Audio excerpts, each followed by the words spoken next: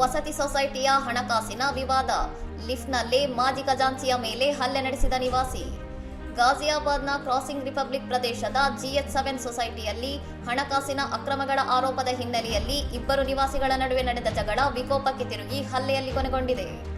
ಸೊಸೈಟಿಯ apartment ಮಾಲೀಕರ ಸಂಘದ ಮಾಜಿ ಖಜಾಂಚಿ ದೀಪಕ್ ಚೋಪ್ರಾ ಅವರ ಮೇಲೆ ಅದೇ ಸೊಸೈಟಿಯ ನಿವಾಸಿ ಪ್ರಹ್ಲಾದ್ ಕುಮಾರ್ ಲಿಫ್ಟಿನೊಳಗೆ ಹಲ್ಲೆ ನಡೆಸಿದ್ದಾನೆ.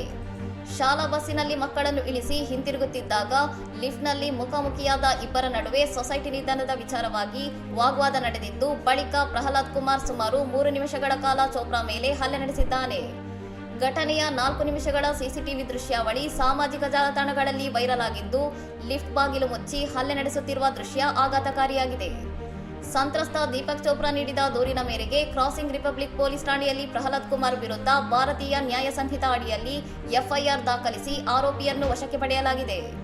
ಸೊಸೈಟಿಯ ಆಡಳಿತ ಮಂಡಳಿಯ ಹಣಕಾಸಿನ ವಿಚಾರಗಳಲ್ಲಿ ಭ್ರಷ್ಟಾಚಾರದ ಆರೋಪ ಪ್ರತ್ಯಾರೋಪಗಳೇ ಈ ಹಿಂಸಾಚಾರಕ್ಕೆ ಮೂಲ ಕಾರಣವೆಂದು ಪೊಲೀಸ್ ತನಿಖೆಯಿಂದ ತಿಳಿದುಬಂದಿದೆ. ಇನ್ನಷ್ಟು ಸುದ್ದಿಗಳಿಗಾಗಿ ನೋಡ್ತಾ ಇರಿ ಸೌರಂ ಟಿವಿ.